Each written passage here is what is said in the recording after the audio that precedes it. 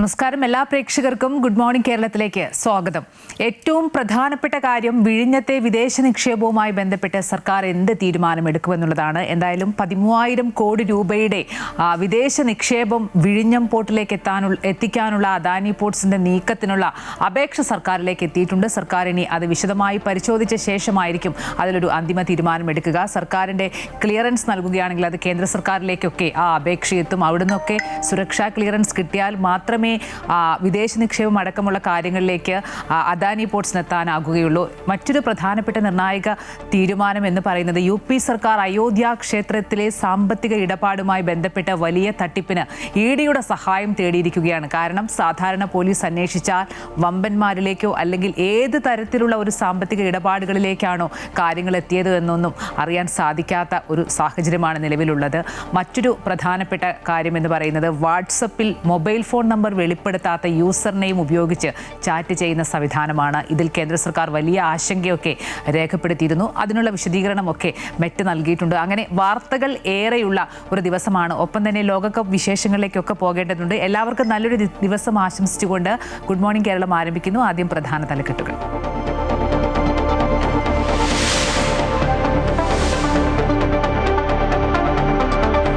വിഴിഞ്ഞത്തെ വിദേശ നിക്ഷേപത്തിന് അനുമതി തേടിയുള്ള അദാനി ഗ്രൂപ്പിന്റെ അപേക്ഷ സർക്കാർ ഇന്ന് പരിശോധിക്കും. കമ്പനിയുടെ ഓഹരിയുടെ 49% MSCക്ക് നൽകാൻ ഉദ്ദേശിക്കുന്നുവെന്ന് അപേക്ഷയിൽ.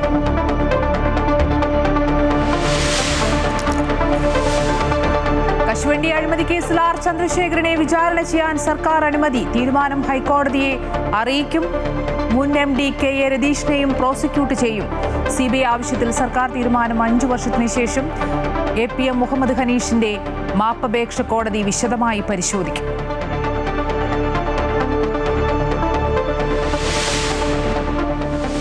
അയോധ്യ ക്ഷേത്രത്തിലെ സംഭാവന ക്രമക്കേടിൽ പ്രതികളുടെ വീട്ടിൽ നടത്തിയ പരിശോധനകൾ ഡോളറും സ്വർണവും പിടിച്ചെടുത്തു. പിടികൂടിയത് കാണിക്കയിലുണ്ടായിരുന്ന സ്വർണവും ഡോളറും. പ്രതികളുടെ അക്കൗണ്ടുകളിൽ 77 ലക്ഷത്തിന്റെ പണമിടപാട് നടന്നതായി SIT.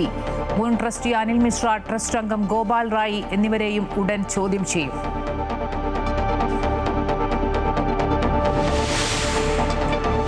ട്രോളിംഗ് നിരോധനം തുടങ്ങി 23 ദിവസം പിന്നിട്ടിട്ടും സൗജന്യ റേഷൻ ലഭിക്കാതെ പരമ്പരാഗത മത്സ്യത്തൊഴിലാളികൾ.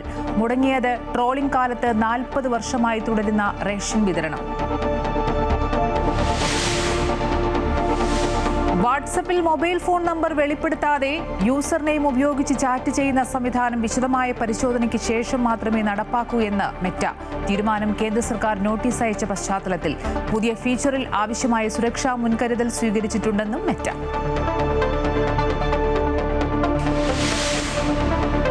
ഫിഫ ലോകകപ്പിൽ ബെൽജിയത്തിന് നാടകീയ ജയം. സെനഗലിനെ 2 ഗോളിന് പിന്നിൽ നിന്ന ശേഷം 3-2 തോൽപ്പിച്ചു. ഇംഗ്ലണ്ടും പ്രീ ക്വാർട്ടറിൽ ഹാരി കെയ്ന്റെ ഇരട്ട ഗോളിൽ കോങ്കോയെ വീഴ്ത്തി.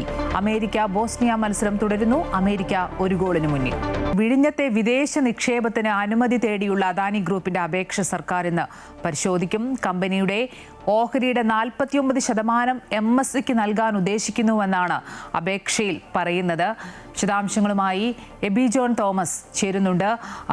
എബി, ഇന്നലെ നിയമസഭയിൽ മുഖ്യമന്ത്രി വ്യക്തമാക്കിയിരുന്നു അദാനി ഗ്രൂപ്പിന്റെ ഭാഗത്തുനിന്നൊരു അപേക്ഷ ലഭ്യമായിട്ടില്ല. അതിന് പിന്നാലെയാണ് അപേക്ഷ നൽകിയിട്ടുള്ളത്. എന്തായാലും സർക്കാർ ഇനി ഇതുമായി ബന്ധപ്പെട്ടൊരു വിശദമായ പരിശോധനയിലേക്ക് കടക്കുമെന്നല്ലേ മനസ്സിലാക്കേണ്ടത്? കാരണം സാങ്കേതികമായും നിയമപരമായും ഒക്കെ വലിയ രീതിയിലുള്ള ഒരു പരിശോധന നടത്തേണ്ടി വരില്ലേ? മോർണിംഗ് അമ്പിളി, കേരളത്തെ സംബന്ധിച്ചിടത്തോളം വലിയ ഒരു അഭിമാനകരമായിട്ടുള്ള ഒരു പദ്ധതി തന്നെയാണ് വിഴിഞ്ഞം. അത് ഓരോ ദിവസം ചെല്ലുന്തോറും അത് കൂടുതൽ ഉയരങ്ങളിലേക്ക് എത്തുന്നു എന്ന് തന്നെയാണ്. കഴിഞ്ഞ ദിവസമാണ് അവിടെ 1000ാമത്തെ കപ്പൽ എത്തിയത്.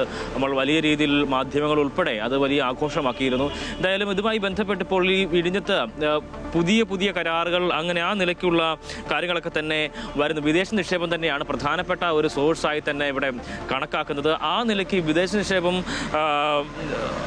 സ്വീകരിക്കുന്നതിന് വേണ്ടിയിട്ടുള്ള നടപടികളിലേക്ക് വിഴിഞ്ഞം പോർട്ട് പോകുന്നു. അതിന് വേണ്ടിയിട്ടുള്ള നടപടികളൊക്കെയാണ് പുരോഗമിക്കുന്നത്. തുടങ്ങിയിട്ടുള്ള കാര്യങ്ങളൊക്കെ കഴിഞ്ഞ് കുറേ ദിവസങ്ങളായി തന്നെ വാർത്തകളിൽ നിറഞ്ഞു നിൽക്കുന്ന സാഹചര്യമായിരുന്നു. ഇന്നലെ നിയമസഭയിൽ ഉൾപ്പെടെ ഈ വിഷയങ്ങളൊക്കെ തന്നെ ചർച്ചയ്ക്ക് വരികയും ചെയ്തിരുന്നു. എന്നാൽ അത്തരത്തിലൊരു പരാതി അല്ലെങ്കിൽ ഒരു അപേക്ഷ തനിക്ക് ലഭിച്ചിട്ടില്ല എന്നായിരുന്നു മുഖ്യമന്ത്രി ഇന്നലെ സഭയിലും വ്യക്തമാക്കിയത്. ഇതിന് പിന്നാലെയാണ് അദാനി ഗ്രൂപ്പ് ഇതുമായി ബന്ധപ്പെട്ട ഒരു കൃത്യമായ രീതിയിലുള്ള ഒരു കത്ത് അല്ലെങ്കിൽ ഒരു അപേക്ഷ സർക്കാരിന് സമർപ്പിക്കുന്നു എന്നുള്ളതാണ്. ഈ വിദേശ നിക്ഷേപം ബന്ധപ്പെട്ട് നേരത്തെ തന്നെ വാക്കാൽ ഒരു അപേക്ഷ നൽകിയിരുന്നു എന്നതായിരുന്നു അദാനി ഗ്രൂപ്പിൻ്റെ ഒരു വാദം എന്ന് പറയുന്നത്. എന്നാൽ നിയമസഭയിൽ രേഖാമൂലം മുഖ്യമന്ത്രി അക്കാര്യങ്ങളൊക്കെ തന്നെ തള്ളിപ്പറഞ്ഞുകൊണ്ടുള്ള ഒരു സാഹചര്യം ഉണ്ടാവുകയും ചെയ്തു. തുടർന്നാണ് ഇപ്പോൾ ഇന്നലെ വൈകിട്ടോടുകൂടിയാണ് അദാനി ഗ്രൂപ്പ് ഇങ്ങനെ വിദേശ നിക്ഷേപവുമായി ബന്ധപ്പെട്ട ഒരു അപേക്ഷ നൽകിയിരിക്കുന്നത് എന്നുള്ളതാണ്. അദാനി വിഴിഞ്ഞം പോർട്ട് പ്രൈവറ്റ് ലിമിറ്റഡ് 49% ഓഹരി MSCക്ക് നൽകാൻ ഉദ്ദേശിക്കുന്നു എന്ന് ചൂണ്ടിക്കാണിച്ചുകൊണ്ടാണ് അത്തരത്തിലൊരു അപേക്ഷ നൽകിയിരിക്കുന്നത്. ഇതിൻ്റെ മറ്റൊരു പ്രധാനപ്പെട്ട കാര്യമെന്ന് പറയുന്നത് ഇതിൻ്റെ ഒരു വലിയ ഒരു കുത്തകയ്ക്ക് അല്ലെങ്കിൽ ഏതെങ്കിലും ഒരു കമ്പനിക്ക് മാത്രം അത്തരത്തിൽ പ്രമുഖ ഒരു സംവിധാനത്തിൻ്റെ സിംഹഭാഗം കരാറുകൾ നൽകുമ്പോൾ അതുണ്ടാക്കുന്ന ഒരു കുത്തകവൽക്കരണം കൂടിയുണ്ട്. അതിനെതിരെയൊക്കെ തന്നെ വലിയ രീതിയിലുള്ള പ്രതിഷേധങ്ങളൊക്കെ തന്നെയും അല്ലെങ്കിൽ എതിരഭിപ്രായങ്ങളൊക്കെ തന്നെയും ഉയർന്നു വരുന്ന സാഹചര്യം കൂടി ഈ ഘട്ടത്തിലുണ്ട് എന്നുള്ളതാണ്. എന്തായാലും ഈ അപേക്ഷ അതുമായി ബന്ധപ്പെട്ട പരിശോധന സംസ്ഥാന സർക്കാർ ഇന്ന് തന്നെ അതുമായി ബന്ധപ്പെട്ട പരിശോധനകൾ ആരംഭിക്കുമെന്ന് തന്നെയാണ്. ഇന്നലെ മുഖ്യമന്ത്രി അക്കാര്യം നിയമസഭയിൽ ചൂണ്ടിക്കാണിച്ചതോടുകൂടിയാണ് വളരെ വേഗം തന്നെ ഈ ഒരു നടപടിയിലേക്ക് കടക്കാൻ അദാനി ഗ്രൂപ്പ് തീരുമാനിക്കുകയും ചെയ്തത്. അല്ലെങ്കിൽ ഒരാഴ്ച അല്ലെങ്കിൽ 2 ആഴ്ച സമയത്തിന് ശേഷമായിരിക്കും ഒരുപക്ഷെ അവരിങ്ങനെ ഒരു അപേക്ഷയുമായി മുന്നോട്ട് പോകുന്ന ഒരു സാഹചര്യം ഉണ്ടാകുക എന്നുള്ളതായിരുന്നു. പക്ഷേ മുഖ്യമന്ത്രി ഇക്കാര്യം സഭയിൽ ഉൾപ്പെടെ ചൂണ്ടിക്കാണിക്കുന്ന സാഹചര്യം ഉണ്ടായിരുന്നു. മുഖ്യമന്ത്രി ഓഫീസും വിസിലിനുമാണ് അദാനി ഗ്രൂപ്പ് ഇപ്പോൾ അപേക്ഷ നൽകിയിരിക്കുന്നത് എന്നുള്ളതാണ്. വിഴിഞ്ഞം തുറമുഖ നിർമ്മാണത്തിനായി രൂപീകരിച്ച അദാനി വിഴിഞ്ഞം പോർട്ട് പ്രൈവറ്റ് ലിമിറ്റഡ് കമ്പനിയിൽ MSC ഷിപ്പിംഗ് കമ്പനി നിക്ഷേപം നടത്താൻ ഉദ്ദേശിക്കുന്നുവെന്നും അതിനായി സർക്കാർ അനുമതി വേണമെന്നുമാണ് ഈ അപേക്ഷയിൽ പ്രധാനമായും ചൂണ്ടിക്കാണിച്ചത്. എന്തായാലും സംസ്ഥാന സർക്കാരിൻ്റെ അപേക്ഷ ലഭിച്ച ശേഷം കേന്ദ്ര സർക്കാരിൻ്റെ അപേക്ഷ അല്ലെങ്കിൽ അനുമതി കൂടി ഇതുമായി ബന്ധപ്പെട്ട് നേടേണ്ടതുണ്ട്. അദാനി ആയതുകൊണ്ട് തന്നെ വലിയ രീതിയിലുള്ള പ്രശ്നങ്ങളൊന്നും തന്നെ ആ കാര്യത്തിൽ ഉണ്ടാവാനുള്ള സാധ്യതയും ഇല്ല എന്ന് തന്നെയാണ് പ്രതിപക്ഷ കക്ഷികളൊക്കെ തന്നെയും ഇതുമായി ബന്ധപ്പെട്ട് ചൂണ്ടിക്കാണിക്കുന്നത്. ഒപ്പം തന്നെ പ്രതിപക്ഷം ചൂണ്ടിക്കാണിക്കുന്ന പ്രധാനപ്പെട്ട ഒരു പ്രശ്നം എന്ന് പറയുന്നത് ഇത്തരത്തിലൊരു കുത്തകവൽക്കരണത്തിന് അവിടെ സാധ്യതയുണ്ടാകും എന്നുള്ളത് തന്നെയായിരുന്നു. ആ കാര്യം ഇന്നലെ മുൻ മുഖ്യമന്ത്രി ഇപ്പോഴത്തെ പ്രതിപക്ഷ നേതാവ് പിണറായി വിജയൻ തന്നെ അക്കാര്യം ഇതുമായി ബന്ധപ്പെട്ട് സൂചിപ്പിക്കുകയും ചെയ്തു. എന്തായാലും വരും ദിവസങ്ങളിലും ഇതുമായി ബന്ധപ്പെട്ട കാര്യങ്ങളിലേക്കൊക്കെ തന്നെയായിരിക്കും കൂടുതൽ ചർച്ചകളിലേക്കൊക്കെ പോവുക. 13,000 കോടി രൂപയുടെ നിക്ഷേപമാണ് ഉണ്ടാകുന്നത്. ഒരു വലിയ സംഖ്യ തന്നെയാണ്. എന്തായാലും അത് വിഴിഞ്ഞം പോർട്ടിൻ്റെ ഈ തുടർന്നുള്ള പ്രവർത്തനങ്ങൾ, കൂടുതൽ കപ്പലുകൾ അവിടേക്ക് എത്തുന്നതിന് വേണ്ടിയിട്ടുള്ള സൗകര്യങ്ങൾ ഒരുക്കുക തുടങ്ങിയിട്ടുള്ള കാര്യങ്ങളൊക്കെയാണ് ഇതുമായി ബന്ധപ്പെട്ട് പ്രധാനമായും ഇവർ നൽകുന്നത് അല്ലെങ്കിൽ ഈ ഒരു പ്രവർത്തനങ്ങൾക്കായി ഇവർ നൽകുന്നത് എന്നുള്ളതാണ്, മുൻഗണന നൽകുന്നത് എന്നുള്ളതാണ് ഈ അപേക്ഷയിൽ ഉൾപ്പെടെ ഇവർ ചൂണ്ടിക്കാണിച്ചിരിക്കുന്നത്. എന്തായാലും MSCക്ക് 49% ഈ ഒരു ഓഹരി നൽകുന്ന കാര്യത്തിൽ ഇന്ന് മുതലായിരിക്കും പരിശോധന നടക്കുക എന്നുള്ളതാണ്. എന്തായാലും ഇത് വിശദമായി തന്നെ പരിശോധിച്ച ശേഷമായിരിക്കും സർക്കാർ ഒരു തീരുമാനത്തിലേക്ക് എത്തുക. അമ്പിളി, എബി സൂചിപ്പിച്ച പോലെ തന്നെ പ്രതിപക്ഷം ഇന്നലെ ഈ കാര്യത്തിൽ വലിയ ആശങ്ക രേഖപ്പെടുത്തിയിരുന്നു. കാരണം സർക്കാരിന്റെ ഭാഗത്തേക്ക് അനുമതിയുമായി ബന്ധപ്പെട്ടൊരു അപേക്ഷ എത്തിയിരുന്നില്ല. അതിന് അദാനി പോർട്സ് നൽകിയ വിശദീകരണം സെബിയുടെ അനുമതി കിട്ടിയ ശേഷം മാത്രമേ ഓരോ ഘട്ടങ്ങളിലായി ഇതിന്റെ ക്ലിയറൻസ് റെഡിയാക്കേണ്ട ഒരു സാഹചര്യമുണ്ട്. അങ്ങനെയാണ് സർക്കാരിലേക്ക് എത്തിയത്. സർക്കാർ ഈ പറഞ്ഞ പോലെ തന്നെ ഇനി അങ്ങോട്ട് ഇതുമായി ബന്ധപ്പെട്ട വകുപ്പ് തല പരിശോധനകളൊക്കെ വളരെ വിശദമായ ഒരു പരിശോധനയിലേക്കൊക്കെ പോകേണ്ടതുണ്ട്. ആ സാഹചര്യത്തിൽ പ്രതിപക്ഷം ഇന്നലെ ഈ അദാനി പോർട്സുമായി ബന്ധപ്പെട്ടൊക്കെ വലിയ രീതിയിലുള്ള ആശങ്ക രേഖപ്പെടുത്തിയിരുന്നു. കാരണം കഴിഞ്ഞ 10 വർഷമായി വിഴിഞ്ഞം പോർട്സുമായി ബന്ധപ്പെട്ട എല്ലാ നടപടികളും അന്നത്തെ LDF സർക്കാരാണ് ചെയ്തിട്ടുണ്ടായിരുന്നത്. ആ രീതിയിൽ എങ്ങനെയാണ്, അതായത് തോമസ് ഐസക് അടക്കമുള്ളവർ ഇതുമായി ബന്ധപ്പെട്ട വിശദീകരണം, പാർട്ടി പത്രത്തിൽ വന്നതടക്കമുള്ള വിശദീകരണമൊക്കെ നൽകുകയൊക്കെ ചെയ്തിട്ടുണ്ടായിരുന്നു. ആ രീതിയിൽ സർക്കാർ ഈ വിശദ പരിശോധനയുമായി മുന്നോട്ട് പോകുമ്പോൾ പ്രതിപക്ഷം ഇനി അങ്ങോട്ട് ഇതുമായി ബന്ധപ്പെട്ട് എങ്ങനെയായിരിക്കും? ഈ 13,000 കോടി എന്ന് പറയുന്നതാണ് ഏറ്റവും പ്രധാനപ്പെട്ട കാര്യം. ഒപ്പം തന്നെ 49% ആ ഒരു ഓഹരി അവർക്ക് ഒരു കമ്പനിക്ക് മാത്രമായി നൽകുന്നു. അത് സ്വാഭാവികമായും ഉണ്ടാക്കുന്ന ഒരു കുത്തകവൽക്കരണമുണ്ട്. അത് തന്നെയാണ് പ്രധാനമായും പ്രതിപക്ഷം, ഇടതുപക്ഷം ചൂണ്ടിക്കാണിക്കുന്നത് എന്നുള്ളതാണ്. അങ്ങനെ വന്നു കഴിഞ്ഞാൽ അത് ഒരു സംവിധാനത്തെ മൊത്തം ആകമാനം പ്രതികൂലമായി തന്നെ ബാധിക്കുന്ന ഒരു നിലയായിരിക്കും ഉണ്ടാവുക എന്നുള്ളത്. എന്തായാലും ഇതിനകത്തൊരു വിരോധാഭാസം എന്ന് പറയുന്നത് ഈ 13,000 കോടിയുടെ കരാറിലേക്ക് വിഴിഞ്ഞം എത്തുന്നു എന്നുള്ള ഒരു കാര്യവും ഒപ്പം തന്നെ 49% ശതമാനത്തിൻ്റെ ഓഹരി ഒരു പ്രധാനപ്പെട്ട കമ്പനിക്ക് നൽകുന്നു എന്നുള്ള കാര്യവും വളരെ ആഘോഷത്തോടു കൂടി പാർട്ടി മുഖപത്രമായിട്ടുള്ള ദേശാഭിമാനി ഇന്നലെ അവരുടെ പത്രത്തിൽ എഴുതിയിരുന്നു. ആ ഒരു ലേഖനം തന്നെ കൊടുത്തിരുന്നു. പക്ഷേ അതിനെ അപ്പാടെ തള്ളിക്കൊണ്ടുള്ള ഒരു നിലപാടാണ് പ്രതിപക്ഷ നേതാവ് ഇന്നലെ നിയമസഭയിലും എടുത്തത് എന്നുള്ളതാണ്. അതിനുശേഷം ഓൺലൈനിൽ നിന്ന് തന്നെ ആ ഒരു ലേഖനം മാറ്റുന്ന നിലയിലേക്കും ദേശാഭിമാനി എത്തുകയും ചെയ്തിരുന്നു. എന്തായാലും ഇതിനകത്ത് ഉണ്ടാകുന്ന ഒരു പ്രധാനപ്പെട്ട വിഷയം ഈ കുത്തകവൽക്കരണം തന്നെ. അത് തന്നെയാണ് പ്രധാനമായും ചൂണ്ടിക്കാണിച്ചത്. തോമസ് ഐസക്കും അക്കാര്യം തന്നെയാണ് പറഞ്ഞത്. കാള പെറ്റെന്ന് കേൾക്കുമ്പോൾ തന്നെ കയറെടുക്കുക എന്നുള്ളതല്ല, വിഷയത്തിൻ്റെ അന്തസ്സത്ത മനസ്സിലാക്കണം, ആ നിലയ്ക്കുള്ള പ്രവർത്തനങ്ങളാണ് വേണ്ടത് തുടങ്ങിയിട്ടുള്ള കാര്യങ്ങൾ ചൂണ്ടിക്കാണിച്ചിരുന്നു. ഒപ്പം തന്നെ ഈ വലിയ ഒരു പദ്ധതിയിലേക്ക് കരാറിലേക്കൊക്കെ തന്നെ പോകുമ്പോൾ അതിൻ്റെ മറുവശം കൂടി ചിന്തിക്കേണ്ടതുണ്ട് എന്നുള്ളതാണ് പ്രധാനമായും ചൂണ്ടിക്കാണിച്ചിരിക്കുന്നത്. എന്തായാലും ഈ വിഷയം തന്നെയായിരിക്കും പ്രതിപക്ഷവും ഈ വിഷയത്തിൽ ഉയർത്തിക്കൊണ്ട് വരിക എന്നുള്ളതാണ്. ഏതെങ്കിലും വിധത്തിൽ അതിനെ ഈ സംവിധാനത്തെ തകർക്കുക എന്നുള്ളതല്ല, മറിച്ച് ഒരു പ്രധാനപ്പെട്ട, നമ്മൾ നേരത്തെ പറഞ്ഞതുപോലെ തന്നെ ഏതെങ്കിലും ഒരു കമ്പനിക്ക് വേണ്ടി ഇത്തരത്തിൽ 49% ഓഹരികളും കൈമാറുക എന്ന് പറഞ്ഞാൽ അതവിടെ സ്വാഭാവികമായി ഉണ്ടാക്കുന്ന ഒരു പ്രതിസന്ധി ഉണ്ടാകും. ആ ഒരു വികസനം എന്ന് പറയുന്നത് എല്ലാവരിലേക്കും തന്നെ എത്തേണ്ട ഒരു കാര്യം കൂടിയാണ്. ഏതെങ്കിലും ഒരു കേന്ദ്ര ബിന്ദു അല്ലെങ്കിൽ ഏതെങ്കിലും ഒരു ബിന്ദുവിനെ മാത്രം കേന്ദ്രീകരിച്ചുകൊണ്ടല്ല അത്തരത്തിലുള്ള പദ്ധതികൾ പോകേണ്ടത് എന്നുള്ളതാണ് പ്രധാനമായും പ്രതിപക്ഷവും ചൂണ്ടിക്കാണിക്കുന്നത്. എന്തായാലും ഇന്നലെ ഇപ്പോൾ ഈ അപേക്ഷ ലഭിച്ചിരിക്കുന്നു. അപേക്ഷ ഇന്നലെ രേഖാമൂലം ലഭിച്ചു എന്ന് മാത്രമേ ഉള്ളൂ. മറിച്ച് ഇതുമായി ബന്ധപ്പെട്ടുള്ള ചർച്ചകളൊക്കെ തന്നെ നേരത്തെ തന്നെ ആരംഭിച്ചിരുന്നു എന്ന് തന്നെയാണ് മനസ്സിലാക്കുന്നത്. വാക്കാലുള്ള ചില അപേക്ഷകളൊക്കെ തന്നെയും മുഖ്യമന്ത്രിയുമായി ബന്ധപ്പെട്ട് നൽകിയിട്ടുണ്ട് എന്നുള്ളതായിരുന്നു കമ്പനിയും ചൂണ്ടിക്കാണിച്ചത്. എന്തായാലും അതിനിപ്പോൾ ഒരു രേഖ അല്ലെങ്കിൽ രേഖാമൂലം അത് ഔദ്യോഗികമായിട്ടുള്ള ഒരു അപേക്ഷ തന്നെയായി ഇപ്പോൾ സർക്കാരിന് മുന്നിലേക്ക് എത്തിയിരിക്കുന്നു. ഇന്ന് മുതൽ അതുമായി ബന്ധപ്പെട്ട പരിശോധന ആരംഭിക്കുകയും ചെയ്യും. പ്രതിപക്ഷം ഇത്തരത്തിലുള്ള കാര്യങ്ങൾ ചൂണ്ടിക്കാണിച്ചുകൊണ്ടേയിരിക്കുകയും ചെയ്യും. അമ്പിളി, ശരി. വിഴിഞ്ഞത്തെ വിദേശ നിക്ഷേപത്തിന് അനുമതി തേടിയുള്ള അദാനി ഗ്രൂപ്പിന്റെ അപേക്ഷ സർക്കാർ ഇന്നു മുതൽ പരിശോധിക്കും. കമ്പനിയുടെ ഓഹരിയുടെ 49% MSCക്ക് നൽകാൻ ഉദ്ദേശിക്കുന്നുവെന്ന് അപേക്ഷയിൽ പറയുന്നത്. സെബിയുടെ അനുമതി തേടിയ ശേഷമാണ് അദാനി പോർട്സ് സംസ്ഥാന സർക്കാരിന് അപേക്ഷ നൽകിയിരിക്കുന്നത്. സംസ്ഥാന സർക്കാർ ഇനി ഇതിൽ ഒരു വിശദമായ പരിശോധന നടത്തും. അതായത് ധനവകുപ്പും നിയമവകുപ്പൊക്കെ വിശദമായി നിയമപരമായും സാങ്കേതികമായും ഒക്കെ പരിശോധന നടത്തിയ ശേഷമായിരിക്കും ക്ലിയറൻസ് നൽകുക. ഈ അപേക്ഷ പിന്നീട് കേന്ദ്ര മന്ത്രാലയത്തിലേക്കാണ് പോകുന്നത്. തന്ത്രപ്രധാന മേഖലയായതുകൊണ്ട് തന്നെ വിശദമായ പരിശോധന കേന്ദ്രത്തിനും നടത്തേണ്ടി വരും. അതായത് ആഭ്യന്തര മന്ത്രാലയം, പ്രതിരോധ മന്ത്രാലയം, ഷിപ്പിംഗ് മന്ത്രാലയം, നിയമ മന്ത്രാലയം ഒക്കെ പരിശോധിച്ച ശേഷം എല്ലാ വിധത്തിലുള്ള സുരക്ഷാ ക്ലിയറൻസ് കിട്ടിയാൽ മാത്രമേ അദാനി പോർട്സിന് വിഴിഞ്ഞത്ത് 13,000 കോടി രൂപയുടെ വിദേശ നിക്ഷേപം നടത്തുന്നതടക്കമുള്ള നടപടികളിലേക്ക് കടക്കാൻ കഴിയൂ. ഇതിന്റെ വിശദ വിവരങ്ങളാണ് എബി ജോൺ തോമസ് നൽകിയത്. കശുവണ്ടി അഴിമതി കേസിൽ INTUC നേതാവ് R ചന്ദ്രശേഖരനെ പ്രോസിക്യൂട്ട് ചെയ്യാൻ സർക്കാർ അനുമതി നൽകി. ഹൈക്കോടതിയുടെ അന്ത്യശാസനത്തെ തുടർന്നാണ് സർക്കാർ ചന്ദ്രശേഖരനെ പ്രോസിക്യൂട്ട് ചെയ്യാൻ അനുമതി നൽകിയത്. കശുവണ്ടി വികസന കോർപ്പറേഷൻ മുൻ MD രതീഷിനെയും പ്രോസിക്യൂട്ട് ചെയ്യാൻ അനുമതി നൽകിയിട്ടുണ്ട്. എബി ജോൺ തോമസ് തന്നെയാണ് ഇതുമായി ബന്ധപ്പെട്ട വിശദാംശങ്ങൾ നൽകുന്നത്. എബി, വർഷങ്ങൾ നീണ്ട ഒരു നിയമ പോരാട്ടമുണ്ട് ഈ കേസിന്. അതായത് ഈ കശുവണ്ടി അഴിമതി കേസുമായി ബന്ധപ്പെട്ട് ഇപ്പോൾ സംസ്ഥാന സർക്കാരിന്റെ സമ്മതത്തോടു കൂടിയാണ് R ചന്ദ്രശേഖരനെയും അതുപോലെ തന്നെ രതീഷിനെയും ഒക്കെ വിചാരണ ചെയ്യാൻ പോകുന്നത്.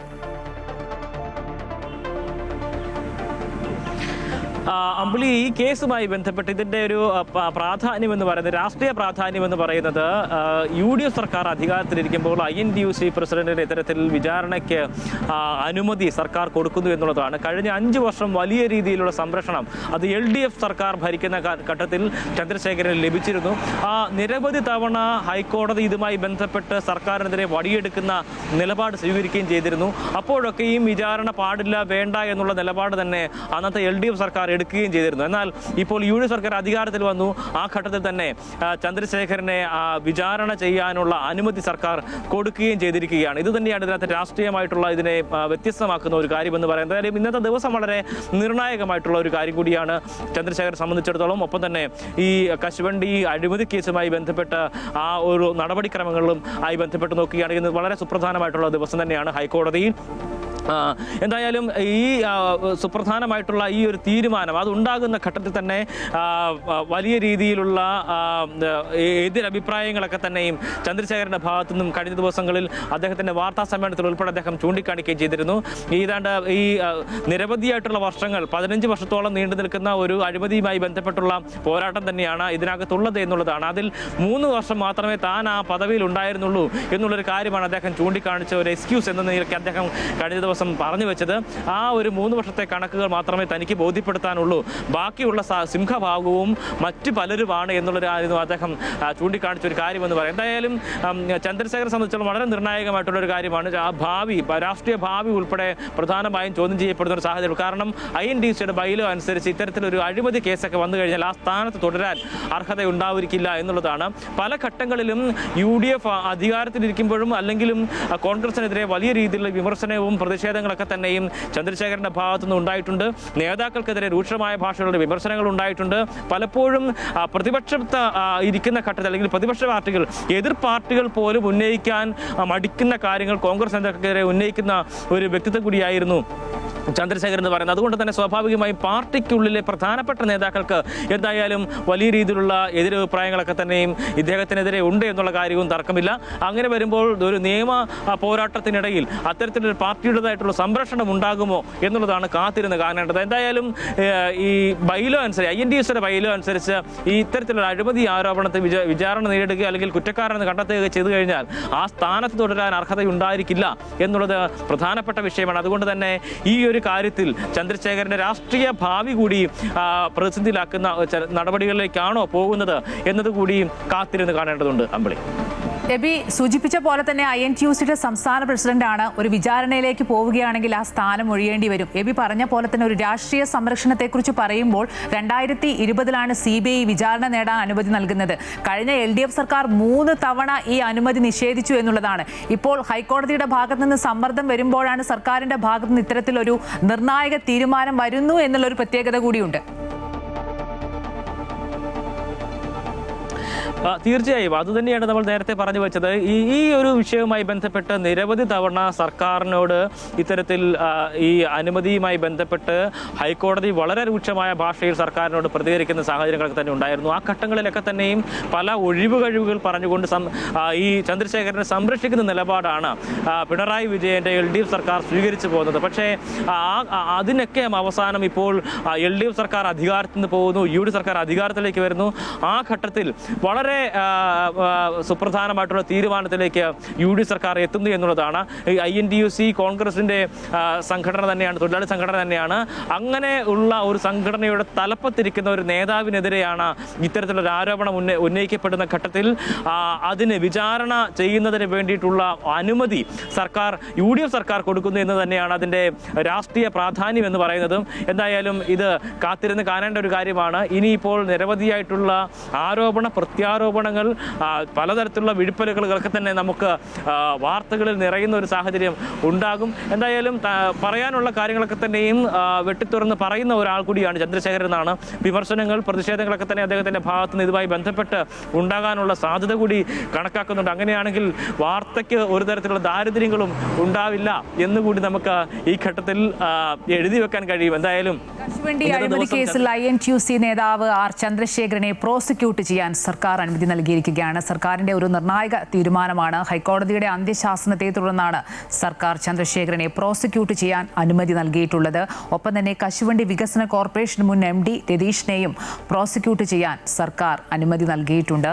ഇനി ഈ കേസുമായി ബന്ധപ്പെട്ട് വിചാരണയുടെ ഒരു സമയമാണ് എന്ന് തന്നെ പറയാം. എബി ജോൺ തോമസ് ആണ് വിശദാംശങ്ങൾ നൽകിയത്. മറ്റു വാർത്തകൾ നോക്കുകയാണെങ്കിൽ അയോധ്യ ക്ഷേത്രത്തിലെ സംഭാവന ക്രമക്കേടിൽ പ്രതികളുടെ വീട്ടിൽ നടത്തിയ പരിശോധനകൾ ഡോളറും സ്വർണവും പിടിച്ചെടുത്തു.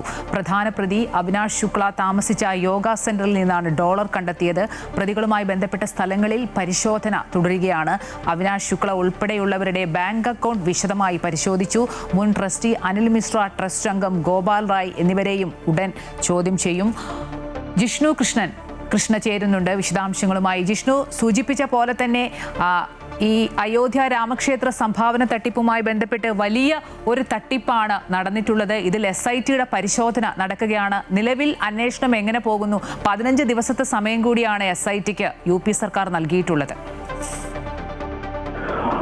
അയോധ്യ ക്ഷേത്രത്തിലെ സംഭാവനാ ക്രമക്കേടുമായി ബന്ധപ്പെട്ട പ്രത്യേക അന്വേഷണ സംഘത്തിന്റെ വിശദമായ അന്വേഷണം പുരോഗമിക്കുകയാണ്. നിലവിൽ ഈ പ്രധാന പ്രതി അവിനാഷ് ശുക്ല ഉൾപ്പെടെ അവരുമായി ബന്ധപ്പെട്ട കേന്ദ്രങ്ങളിൽ തുടർച്ചയായുള്ള പരിശോധനകളാണ് SIT നടത്തിവരുന്നത്.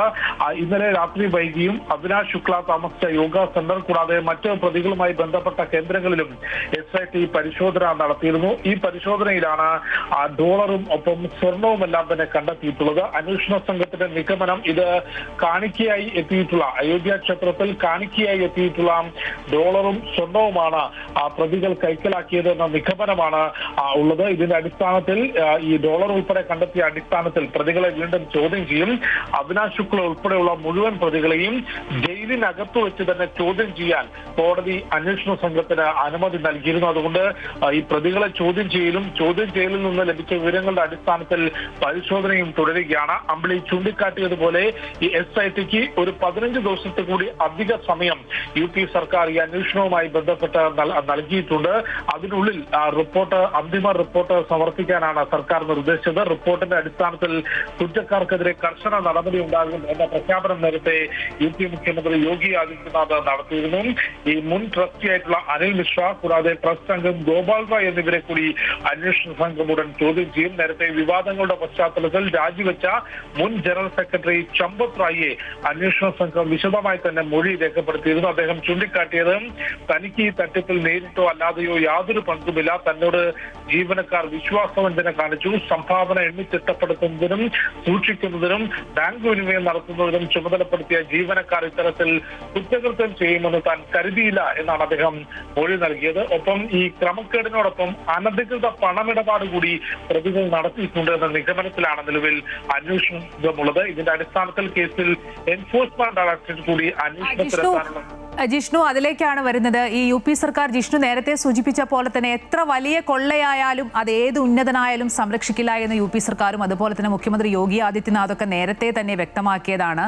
അതുകൊണ്ട് തന്നെ ഇത്രയും വലിയ ഒരു അഴിമതി സംസ്ഥാനത്തെ സാധാരണ പോലീസ് അന്വേഷണ സംഘം അന്വേഷിച്ചാൽ മതിയാവില്ല. അതുകൊണ്ട് എൻഫോഴ്സ്മെന്റ് ഡയറക്ടറേറ്റിന്റെ സഹായം തേടാനുള്ള ഒരു നീക്കവും UP സർക്കാരിന്റെ ഭാഗത്തു നിന്നുണ്ടാകുന്നു എന്നുള്ളതാണോ?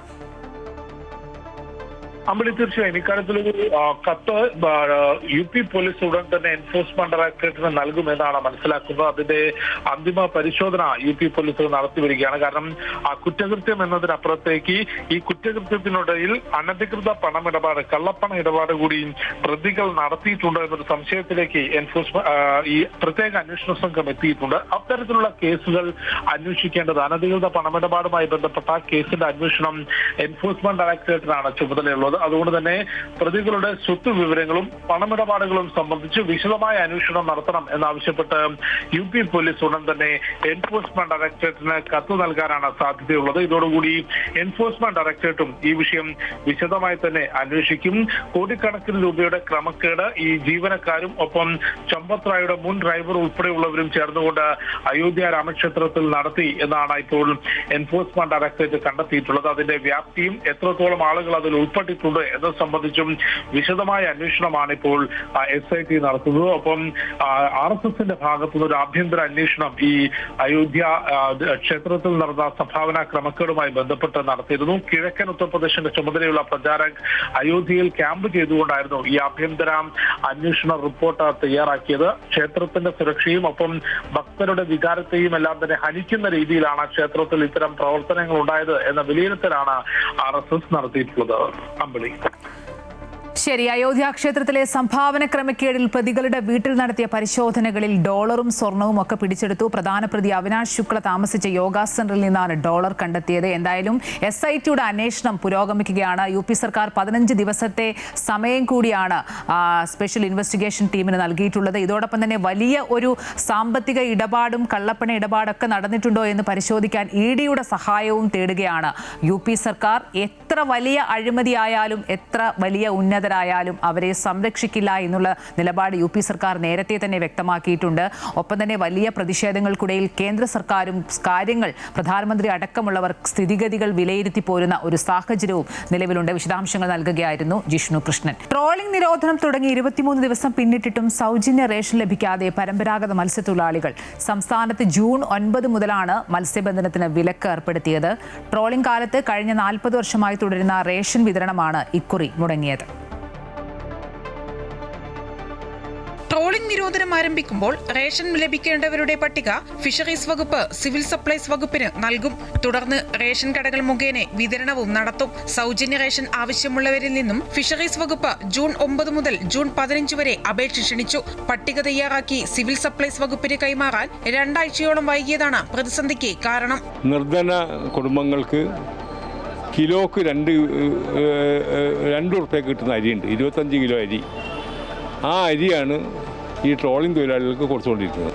ആ 50 ഉറുപ്പ്യൻ്റെ സൗജന്യ അരി പോലും ഇപ്പോൾ ഒരു മാസമാവാനായി ഇതുവരെ ഒന്നും കൊടുത്തിട്ടില്ല. കാരണം മത്സ്യസമ്പത്ത് സംരക്ഷിക്കാൻ വേണ്ടിയിട്ടാണ് നമ്മൾ ട്രോളിംഗ് നിരോധനം നടപ്പിലാക്കുന്നത്.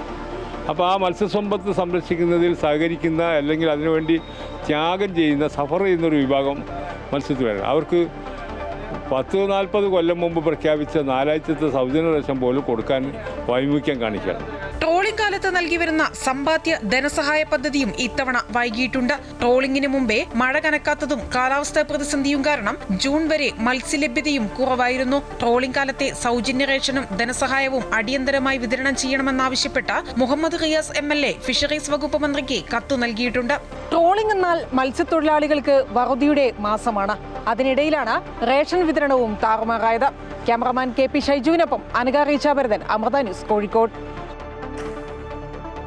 സംസ്ഥാനത്ത് വരുന്ന 4 ദിവസം കൂടി മഴ ലഭിക്കുമെന്നാണ് കേന്ദ്ര കാലാവസ്ഥാ വകുപ്പ് നൽകുന്ന മുന്നറിയിപ്പ്. 3 വടക്കൻ ജില്ലകളിൽ യെല്ലോ അലർട്ട് പ്രഖ്യാപിച്ചു. കേരള തീരത്ത് ശക്തമായ കാറ്റിന് സാധ്യതയുള്ളതിനാൽ മത്സ്യത്തൊഴിലാളികൾ കടലിൽ പോകുന്നത് ഒഴിവാക്കണമെന്ന നിർദ്ദേശവുമുണ്ട്. വിവരങ്ങളുമായി ലക്ഷ്മി പ്രിയയാണ് ചേരുന്നത്. ലക്ഷ്മി, പൊതുവെ ഇത്തവണ മഴ കുറവാണ്. കേന്ദ്ര കാലാവസ്ഥാ നിരീക്ഷണ കേന്ദ്രം നൽകുന്ന മുന്നറിയിപ്പ് എന്തൊക്കെയാണ്? അമ്പിളി, ഏതായാലും കനത്ത മഴ സംസ്ഥാനത്ത് തുടരുന്നുണ്ട് എന്നുള്ളതാണ്. ന്യൂനമർദ്ദം രൂപപ്പെടാൻ സാധ്യതയുണ്ട്. ഇതിന്റെ അടിസ്ഥാനത്തിലാണ് 4 ദിവസം കൂടി സംസ്ഥാനത്ത് മഴ ഉണ്ടാകുമെന്ന് കേന്ദ്ര കാലാവസ്ഥാ വകുപ്പ് അറിയിച്ചിട്ടുള്ളത്. കോഴിക്കോട്, കണ്ണൂർ, കാസർഗോഡ് ജില്ലകളിലാണ് ഇന്ന് യെല്ലോ അലർട്ട് പ്രഖ്യാപിച്ചിട്ടുള്ളത്. കോഴിക്കോട് ജില്ലയിലേക്ക് വരികയാണെങ്കിൽ നഗരത്തിലടക്കം വലിയ രീതിയിൽ മഴ പെയ്യുന്നുണ്ട്. മലയോര മേഖലയിലാണ് കൂടുതൽ മഴ ലഭിക്കുന്നത് എന്നാണ് അറിയാൻ സാധിച്ചിട്ടുള്ളത്. ഏതായാലും വിലങ്ങാട് ഉൾപ്പെടെ മണ്ണിടിച്ചിലും എല്ലാം സാധ്യതയുള്ള സ്ഥലങ്ങളാണ്. അപ്പോൾ അവിടെയുള്ള ആളുകളോട് ജാഗ്രത പാലിക്കണമെന്ന് ജില്ലാ ഭരണകൂടം അറിയിച്ചിട്ടുണ്ടെങ്കിൽ പോലും അവിടെയുള്ള ആളുകളെ മാറ്റി പാർപ്പിച്ചിട്ടില്ല, മറ്റു നടപടികളിലേക്ക് കടന്നിട്ടില്ല എന്നാണ് നമുക്കിപ്പോൾ അറിയാൻ സാധിക്കുന്നത്. ഏതായാലും മഴയുടെ പശ്ചാത്തലത്തിൽ തന്നെ വലിയ രീതിയിലുള്ള നാശനഷ്ടങ്ങളും ജില്ലകളിൽ റിപ്പോർട്ട് ചെയ്യപ്പെടുന്നുണ്ട്. പലയിടങ്ങളിലും മരം കടപുഴകി വീഴുന്ന ഒരു സാഹചര്യമുണ്ട്. അതുപോലെ തന്നെ വടകരയിലേക്ക് വരികയാണെങ്കിൽ വടകര ദേശീയപാതയിൽ മണ്ണിടിക്കുന്ന ഒരു സാഹചര്യം ഉണ്ടായിരുന്നു. അങ്ങനെ വലിയ രീതിയിലുള്ള നാശനഷ്ടങ്ങളടക്കം മഴയുടെ പശ്ചാത്തലത്തിൽ റിപ്പോർട്ട് ചെയ്യപ്പെടുന്നുണ്ട് എന്നുള്ളതാണ്.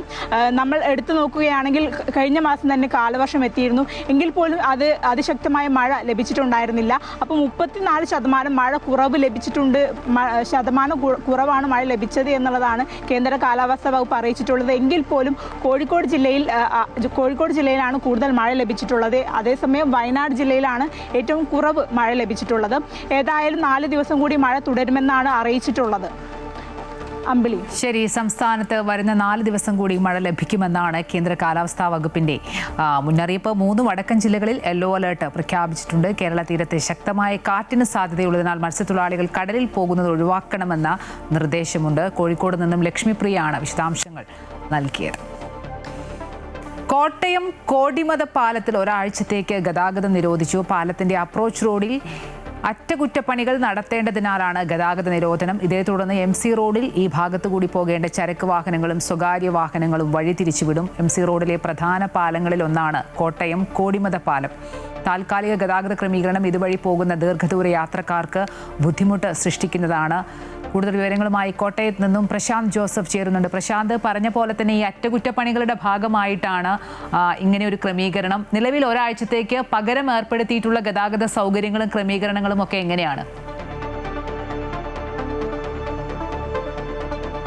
ആമ്പിളി ഇന്ന് രാവിലെ 10 മണി മുതലാണ് എൻ്റെ പിന്നിലുള്ള ഈ കോടിമത പാലത്തിലൂടെയുള്ള ഗതാഗതം ഒരാഴ്ചത്തേക്ക് നിരോധിക്കുന്നത്.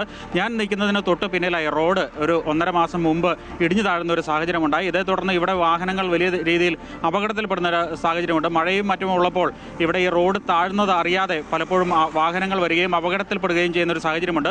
തുടർന്ന് ഇപ്പോൾ നിലവിലെ നിയമസഭാ സ്പീക്കറും സ്ഥലം MLA കൂടിയായ തിരുവഞ്ചൂർ രാധാകൃഷ്ണൻ ഇടപെട്ടാണ് ഇവിടെ അറ്റകുറ്റപ്പണിക്ക് ഈ പാലത്തിനോട് ചേർന്നുള്ള അപ്രോച്ച് റോഡിൽ അറ്റകുറ്റപ്പണികൾക്ക് നടപടി സ്വീകരിച്ചത്.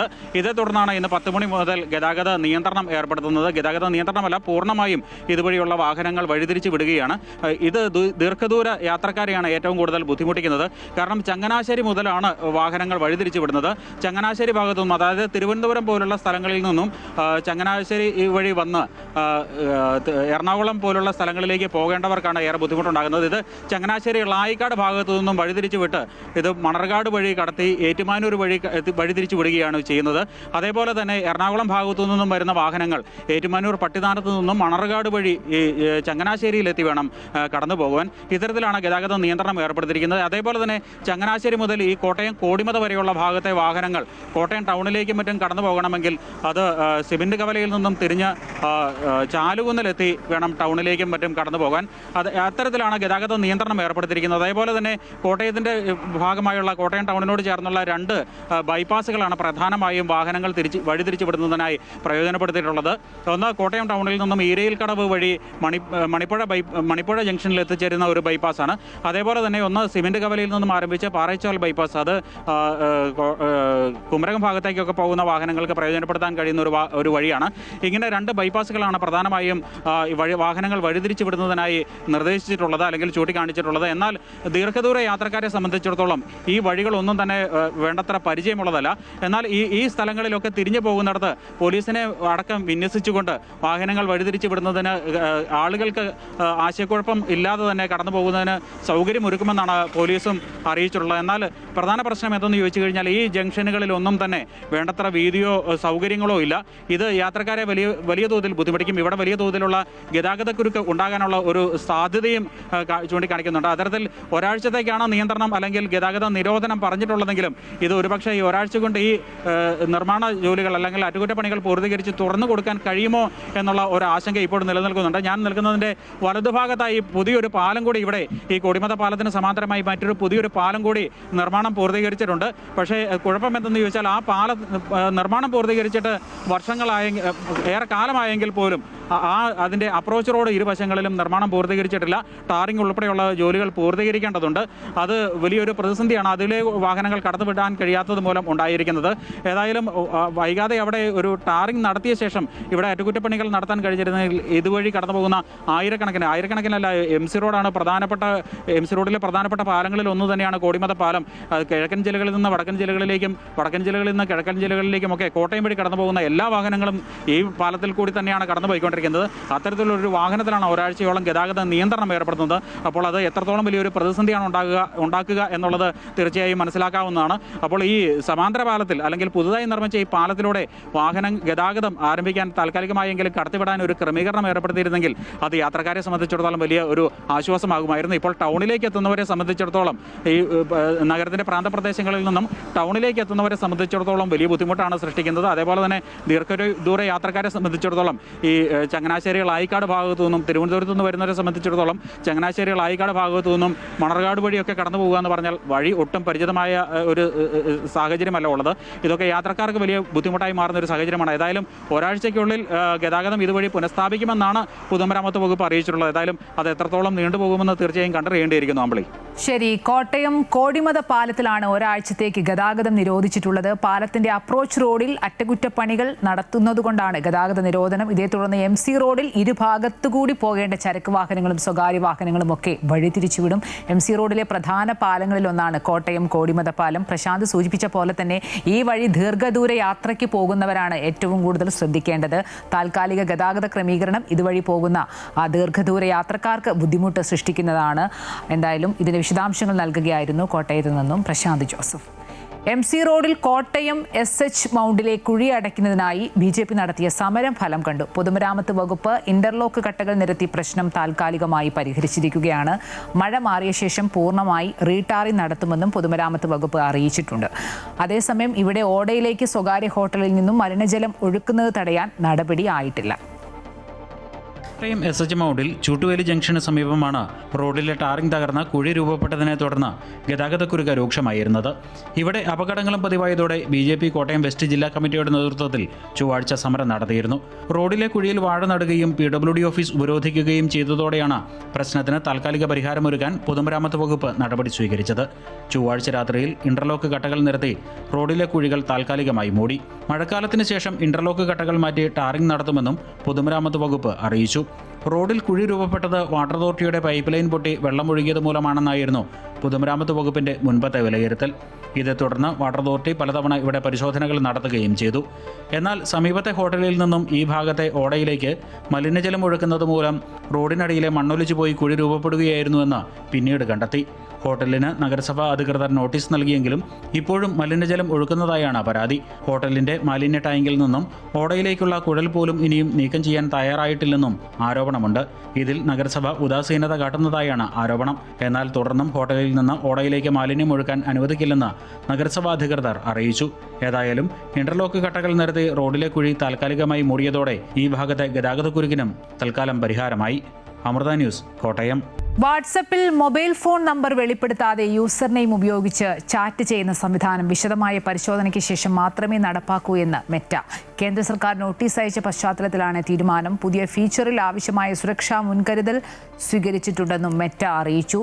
വിവരങ്ങളുമായി ജിഷ്ണു കൃഷ്ണൻ ചേരുന്നുണ്ട്. ജിഷ്ണു, പറഞ്ഞ പോലെ തന്നെ ഈ യൂസർ നെയിമുമായി ബന്ധപ്പെട്ട് ചില ആശങ്കകൾ, ആൾമാറാട്ടം അടക്കമുള്ള ആശങ്കകളും അതുപോലെ തന്നെ അത്തരത്തിലുള്ള വിശദീകരണങ്ങളൊക്കെ കേന്ദ്ര സർക്കാർ തേടിയിരുന്നു. അതിനുള്ള വിശദീകരണവും മെറ്റ നൽകിയിട്ടുണ്ട്. ഇപ്പോൾ നൽകുന്ന ഒരു വിശദീകരണം എന്തൊക്കെയാണ്?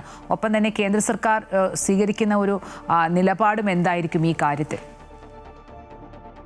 വാട്സപ്പിൽ നമ്പർ നൽകാതെ യൂസർ നെയിം ഉപയോഗിച്ച് ചാറ്റ് ചെയ്യുന്നതിനും പ്രവർത്തിപ്പിക്കുന്നതിനുമുള്ള പുതിയ സംവിധാനമായിരുന്നു മെറ്റ ഒരുക്കിയത്. അത് അടുത്ത മാസം മുതൽ തന്നെ ലഭ്യമാകുമെന്നും യൂസർ നെയിം ഈ ഒരു സമയം മുതൽ തന്നെ തെരഞ്ഞെടുക്കാം എന്ന അറിയിപ്പും വാട്സപ്പ് നൽകിയിരുന്നു. എന്നാൽ അതിൽ കഴിഞ്ഞ ദിവസം കേന്ദ്ര സർക്കാർ ഇടപെടുകയും ഇത്തരത്തിൽ നമ്പർ വെളിപ്പെടുത്താതെ യൂസർ നെയിം മാത്രം ഉപയോഗിച്ചുകൊണ്ടുള്ള പ്രവർത്തനം സൈബർ കുറ്റകൃത്യങ്ങൾക്കും ആൾമാറാട്ടത്തിനുമെല്ലാം കാരണമാകും. അത്തരത്തിലുള്ള കുറ്റകൃത്യങ്ങൾക്ക് ഇത് വഴിവെക്കും. അത് മാത്രമല്ല, ഈ യൂസർ നെയിം എപ്പോൾ വേണമെങ്കിലും നീക്കം ചെയ്യുന്നതിനും, അതായത് പൂർണ്ണമായും നീക്കം ചെയ്യുന്നതിനും മാറ്റം വരുത്തുന്നതിനുമുള്ള സൗകര്യമുണ്ടാകും. അതുകൊണ്ട് ഇത്തരത്തിലുള്ള കുറ്റകൃത്യങ്ങൾ വർദ്ധിക്കാൻ സാധ്യതയുണ്ട് എന്ന് മുന്നിൽ കണ്ടുകൊണ്ടാണ് മെറ്റയ്ക്ക് കേന്ദ്ര സർക്കാർ നോട്ടീസ് അയച്ചത്. ആ നോട്ടീസിൽ വ്യക്തമാക്കിയിരുന്നത് ഈ യൂസർ നെയിം സംവിധാനവുമായി ബന്ധപ്പെട്ട് സ്വീകരിച്ച സുരക്ഷാ ക്രമീകരണങ്ങൾ വളരെ കൃത്യമായി സർക്കാരിനെ അറിയിക്കണം. കൃത്യമായ ചർച്ചയും കൂടിയാലോചനയും ഇല്ലാതെ പുതിയ സംവിധാനം നടപ്പാക്കരുത് എന്നുള്ളതായിരുന്നു നോട്ടീസിൽ കേന്ദ്ര സർക്കാർ അറിയിച്ചത്. ഇതിനുശേഷമാണ്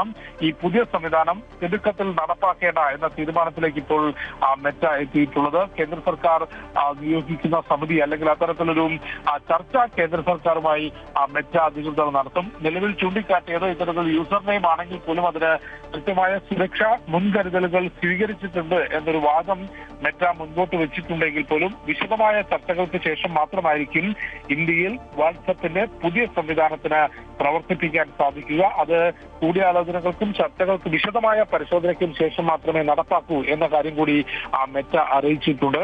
നിലവിൽ സൈബർ കുറ്റകൃത്യങ്ങളുമായി ബന്ധപ്പെട്ട് രാജ്യത്തുള്ള നിയമങ്ങളുടെ പരിധിക്ക് അകത്തേക്ക് ഇത് കൊണ്ടുവരാൻ സാധിക്കുമോ? ഒപ്പം നമ്പറിനപ്പുറത്തേക്ക് യൂസർ നെയിം മാത്രം വെച്ച് വാട്സപ്പ് ഉപയോഗിക്കുമ്പോൾ അത് ദുരുപയോഗം ചെയ്യുന്നത് എങ്ങനെ കണ്ടെത്താൻ സാധിക്കും എന്ന് സംബന്ധിച്ചുകൂടി പരിശോധിച്ച ശേഷമായിരിക്കും പുതിയ സംവിധാനം നടപ്പിലാക്കുക. ശരി, വാട്സപ്പിൽ മൊബൈൽ ഫോൺ നമ്പർ വെളിപ്പെടുത്താതെ യൂസർ നെയിം ഉപയോഗിച്ച് ചാറ്റ് ചെയ്യുന്ന സംവിധാനം വിശദമായ പരിശോധനയ്ക്ക് ശേഷം മാത്രമേ നടപ്പാക്കൂ എന്ന് മെറ്റ അറിയിച്ചു. മെറ്റ നൽകുന്ന വിശദീകരണവും വിശദാംശങ്ങളും ഒക്കെ കൂടുതൽ പരിശോധിച്ച ശേഷമേ അത് സംബന്ധിച്ച അനുമതി നൽകൂ എന്ന നിലപാടിൽ തന്നെയാണ് കേന്ദ്ര സർക്കാരും. എന്തായാലും വിശദാംശങ്ങൾ നൽകുകയായിരുന്നു ജിഷ്ണു കൃഷ്ണൻ. ഈ വർഷത്തെ അമർനാഥ് തീർത്ഥാടന യാത്രയ്ക്ക് തുടക്കമായി ജമ്മു ബേസ് ക്യാമ്പിൽ നിന്നുള്ള ആദ്യ തീർത്ഥാടക സംഘത്തിന്റെ യാത്ര lieutenant governor Manoj Sinha flag off ചെയ്തു.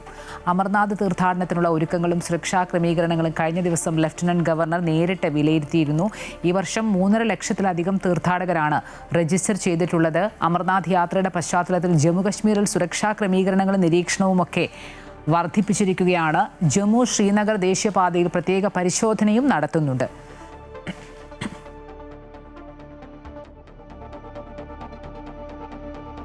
ഭൂട്ടാനിൽ നിന്നുള്ള വാഹന കള്ളക്കടത്ത് കേസിൽ നടൻ ദുൽഖർ സൽമാനെ വീണ്ടും കസ്റ്റംസ് ചോദ്യം ചെയ്യും. ഭൂട്ടാനിൽ നിന്ന് കടത്തിയ കൂടുതൽ വാഹനങ്ങൾ ദുൽഖർ സൽമാന്റെ പക്കലുണ്ടെന്നാണ് കസ്റ്റംസിന്റെ കണ്ടെത്തൽ. ദുൽഖറിന്റെ 4 വാഹനങ്ങൾ കൂടി അന്വേഷണ പരിധിയിൽ ഉൾപ്പെടും. ഈ വാഹനങ്ങളുടെ കൂടുതൽ രേഖകൾ ഹാജരാക്കാൻ കസ്റ്റംസ് നിർദ്ദേശം നൽകി. രേഖകൾ പരിശോധിച്ച ശേഷം ദുൽഖറിനെ വീണ്ടും ചോദ്യം ചെയ്യും. വിവരങ്ങളുമായി കൊച്ചിയിൽ നിന്നും കിരൺ കുമാർ ചേരുന്നുണ്ട്. കിരൺ, ഈ നിയമവിരുദ്ധമായി കടത്തിയ 4 അത്യാഡംബര വാഹനങ്ങൾ ദുൽഖറിന്റെ പക്കലുണ്ട് എന്നുള്ളതായിരുന്നു ഇതുവരെ അറിയാൻ കഴിഞ്ഞത്. ഇപ്പോൾ കൂടുതൽ വാഹനങ്ങൾ ഉണ്ട് എന്നാണോ കസ്റ്റംസിന്റെ ഒരു വിലയിരുത്തൽ?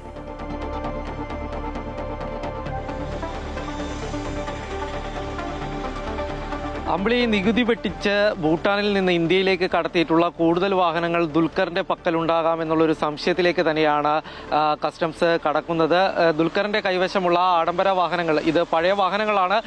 ഇത്തരത്തിലുള്ള 4 വാഹനങ്ങൾ കൂടി ഉണ്ട് എന്നുള്ളൊരു കണ്ടെത്തലിലേക്കാണ് കസ്റ്റംസ് എത്തിയിരിക്കുന്നത്. ഇതുകൊണ്ട് തന്നെ ഈ വാഹനങ്ങളുടെ രേഖകൾ സംബന്ധിച്ചുള്ള കാര്യങ്ങൾ ഹാജരാക്കാനായിട്ട് കസ്റ്റംസ് ദുൽഖറിന് നിർദ്ദേശം നൽകിയിട്ടുണ്ട്. ഇന്നലെ 7 മണിക്കൂറോളം ദുൽഖറിനെ കസ്റ്റംസ് പ്രിവന്റീവ് വിഭാഗം ചോദ്യം ചെയ്തിരുന്നു. ഈ ഭൂട്ടാൻ വാഹനക്കടത്തുമായി ബന്ധപ്പെട്ടായിരുന്നു കസ്റ്റംസിന്റെ ചോദ്യം ചെയ്യലുണ്ടായിരുന്നത്. പ്രധാനമായിട്ടും നേരത്തെ തന്നെ ദുൽഖറിന്റെ കയ്യിൽ നിന്നുള്ള 4 വാഹനങ്ങൾ കസ്റ്റംസ് കസ്റ്റഡിയിലെടുക്കുകയും പിന്നീട് ബാങ്ക് ഗ്യാരണ്ടിയുടെ അടിസ്ഥാനത്തിൽ ഈ വാഹനങ്ങൾ വിട്ടു നൽകുകയും ചെയ്തിരുന്നതാണ്.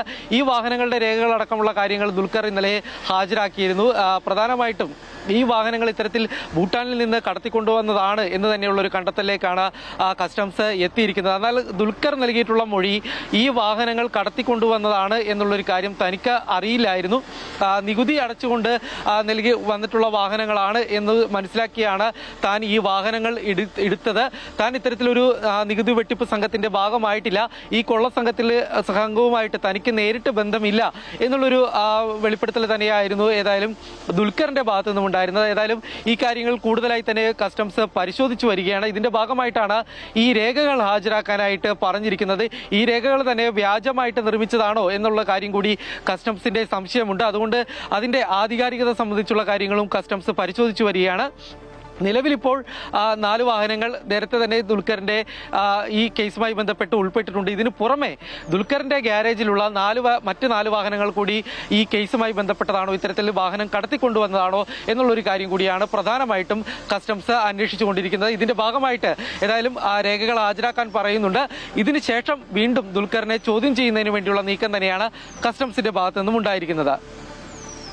വാഹന കള്ളക്കടത്ത് കേസിൽ നടൻ ദുൽഖർ സൽമാനെ വീണ്ടും കസ്റ്റംസ് ചോദ്യം ചെയ്യാനാണ് നീക്കം. ഭൂട്ടാനിൽ നിന്ന് കടത്തിയ കൂടുതൽ വാഹനങ്ങൾ ദുൽഖർ സൽമാന്റെ പക്കലുണ്ടെന്നാണ് കസ്റ്റംസിന്റെ കണ്ടെത്തൽ. 4 വാഹനങ്ങൾ കൂടി അന്വേഷണ പരിധിയിൽ ഉൾപ്പെടും. ഈ വാഹനങ്ങളുടെ കൂടുതൽ രേഖകൾ ഹാജരാക്കാനൊക്കെ നിർദ്ദേശം നൽകിയിട്ടുണ്ട്. വിശദാംശങ്ങൾ നൽകുകയായിരുന്നു കൊച്ചിയിൽ നിന്നും കിരൺ കുമാർ.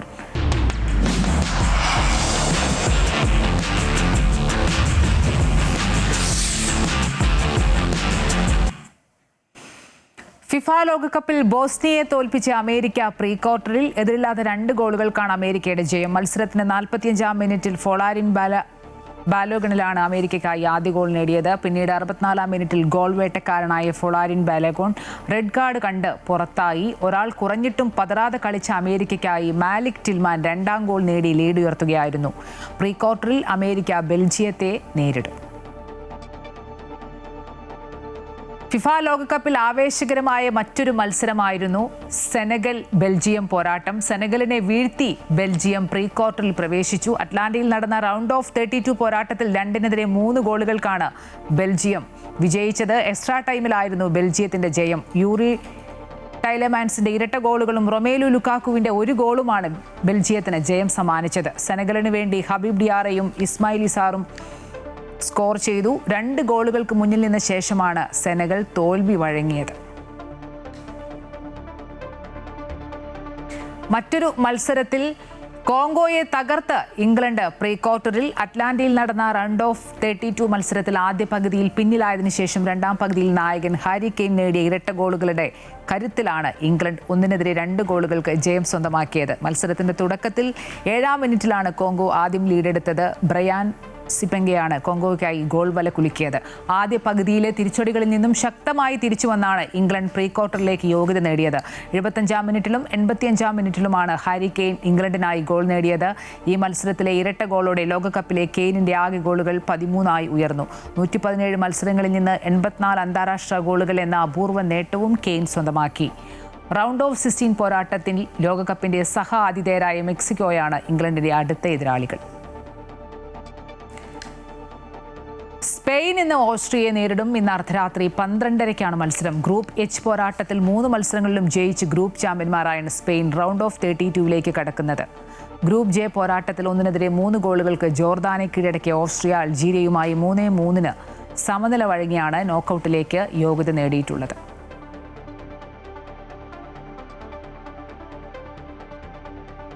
ഫുട്ബോളിനെ നെഞ്ചിലേറ്റുന്ന കോഴിക്കോടിന്റെ ചിരകാല സ്വപ്നമായ പൊറ്റമ്മൽ മിനി സ്റ്റേഡിയം യാഥാർത്ഥ്യമാകാത്തതിൽ പ്രതിഷേധം ശക്തമാകുന്നു.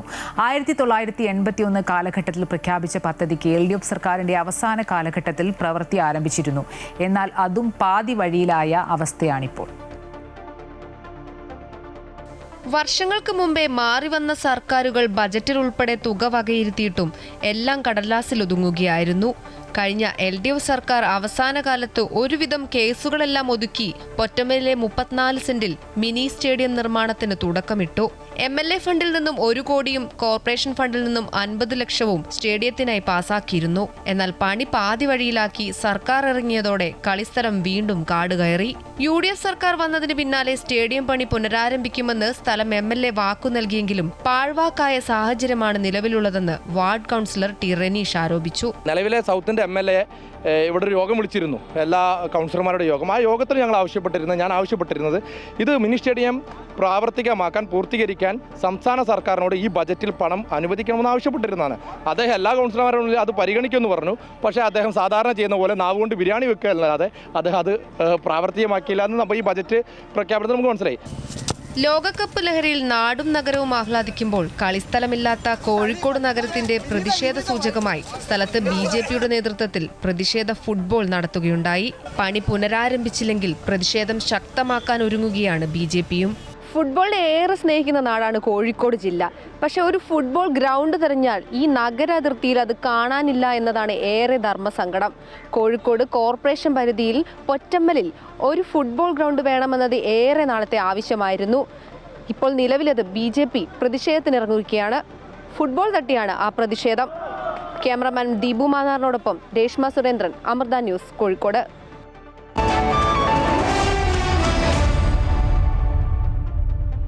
ഇനി ഓഹരി വിപണിയുടെ വിലയിരുത്തലുമായി ധനകാര്യ ഓഹരി വിദഗ്ധൻ K. ദിലീപ് ചേരുന്നു. Shri Dileep, good morning. കേരളത്തിലേക്ക് സ്വാഗതം. ഇന്ന് വിപണിയിൽ എന്ത് പ്രതീക്ഷിക്കാം? ഇന്ന് നേട്ടത്തിലായിരിക്കും വ്യാപാരം തുടങ്ങുക. ഇന്നലെയും വിപണിയിൽ നേട്ടത്തിൽ വ്യാപാരം അവസാനിപ്പിച്ചു. 2 ദിവസം ഉണ്ടായിട്ടുള്ള വിൽപ്പനയ്ക്കും വിപണിയുടെ ഒരു ക്രമപ്പെടൽ നീക്കത്തിനും ശേഷമാണ് ഇന്നലെ നേട്ടത്തിൽ വ്യാപാരം അവസാനിപ്പിച്ചത്. ഒട്ടുമിക്ക മേഖലകളിലും നേട്ടമായിരുന്നു എന്ന് മാത്രമല്ല, 2ാം നിര ചെറുകിട ഓഹരികളിലും മുൻനിര ഓഹരികളിലും ഒരേപോലെ വിപണിയിൽ നേട്ടം ഉണ്ടാവുകയും ചെയ്തു. 24,000 എന്ന നിലവാരത്തിന് മുകളിൽ തന്നെയാണ് മുൻനിര സൂചികയായി നിഫ്റ്റിയിൽ വ്യാപാരം അവസാനിപ്പിച്ചത്. വരും ദിവസങ്ങളിലും ഈ ഒരു നിലവാരത്തിൽ വ്യാപാരം തുടരുകയും 24,200 എന്ന നിലവാരം കടക്കാൻ കഴിയുകയും ചെയ്താൽ 24,500 എന്ന നിലവാരത്തിലേക്ക് എത്താനുള്ള എല്ലാ സാധ്യതകളുമുണ്ട്. ആഗോള സാഹചര്യങ്ങളും വളരെ തൃപ്തികരം തന്നെയാണ്. പ്രത്യേകിച്ചും ക്രൂഡ് ഓയിൽ വിലയിലുണ്ടായിട്ടുള്ള ഇടിവ് ഒരു പരിധിവരെ വിപണിക്ക് പ്രോത്സാഹനമാണ്. 74 എന്ന ഡോളറിനടുത്താണ് ക്രൂഡ് ഓയിൽ ഇപ്പോൾ കഴിഞ്ഞ ദിവസങ്ങളിൽ വ്യാപാരം നടന്നിരുന്നത്. അത് വീണ്ടും ഇടിയുകയും ഇന്നലെ $70 എന്ന നിലവാരത്തിലേക്ക് വ്യാപാരം എത്തുകയും ചെയ്തിരുന്നു. വരും ദിവസങ്ങളിലും ക്രൂഡ് ഓയിൽ വിലയിലുണ്ടാകുന്ന ഇടിവും വിപണിയുടെ മുന്നോട്ടുള്ള നീക്കത്തിൽ വളരെ സഹായമായി പ്രവർത്തിക്കുകയും ചെയ്യും. IT മേഖലയിലുള്ള ഒരു വിൽപ്പന സമ്മർദ്ദം ഒന്ന് മാത്രമാണ് ഇപ്പോൾ വിപണിയിലുള്ള ഒരു ആശങ്ക. ഒട്ടുമിക്ക പ്രധാനപ്പെട്ട IT ഓഹരികളിലെല്ലാം വലിയ തോതിലുള്ള വിൽപ്പന തുടരുകയാണ്. ഓരോ ദിവസവും വർഷത്തെ ഏറ്റവും കുറഞ്ഞ നിലവാരത്തിലേക്ക് IT മേഖലയിലെ പല പ്രധാനപ്പെട്ട ഓഹരികളിലും വിൽപ്പന തുടരുന്നതാണ് വിപണിയെ സംബന്ധിച്ചിടത്തോളം ഒരു പ്രധാനപ്പെട്ട ഒരു ആശങ്ക. ബാങ്കിങ് ഓഹരികളിലും മോട്ടോർ ഓഹരികളിലും ഒരു നിക്ഷേപ താല്പര്യം തുടരുകയും IT മേഖലയിൽ കൂടി ഒരു നിക്ഷേപ താല്പര്യം അല്ലെങ്കിൽ ഒരു നിക്ഷേപത്തിന് ഉണർവ് ഉണ്ടാവുകയും ചെയ്താൽ തീർച്ചയായും വിപണിയിൽ ഒരു മുന്നേറ്റം തുടരുകയും ചെയ്യും. എന്തായാലും വലിയ തോതിലുള്ള കയറ്റങ്ങൾ വിപണിയിൽ പ്രതീക്ഷിക്കാം. 24,200 എന്നുള്ള നിലവാരം തന്നെയായിരിക്കും മുൻനിര സൂചികയായ നിഫ്റ്റിക്ക് പ്രധാനം. ഇന്ന് നേട്ടത്തിലായിരിക്കും വ്യാപാരം തുടങ്ങുക. ശരി, ഓഹരി വിപണി ഇന്നും നേട്ടത്തിലായിരിക്കും വ്യാപാരം തുടങ്ങുക. വിപണി പ്രതീക്ഷയാണ് ധനകാര്യ ഓഹരി വിദഗ്ധൻ കെ ദിലീപ് പങ്കുവച്ചത്. ഗുരുവായൂരപ്പന്റെ ആനകൾക്ക് ഇനി സുഖചികിത്സാ കാലം. പ്രകൃതി കനിഞ്ഞു നൽകിയ ഔഷധക്കൂട്ടുകളുടെ കാര്യത്തിൽ ആനകളുടെ ആരോഗ്യം വീണ്ടെടുക്കാനുള്ള സുഖചികിത്സയ്ക്ക് ഗുരുവായൂർ ദേവസ്വത്തിൽ തുടക്കമായി. Devaswom revenue secretary MG Rajamanikyam IAS ചടങ്ങിന്റെ ഉദ്ഘാടനം നിർവഹിച്ചു. കൊമ്പന്മാർക്ക് ഔഷധ ചോറുരുള നൽകിയായിരുന്നു ഉദ്ഘാടനം.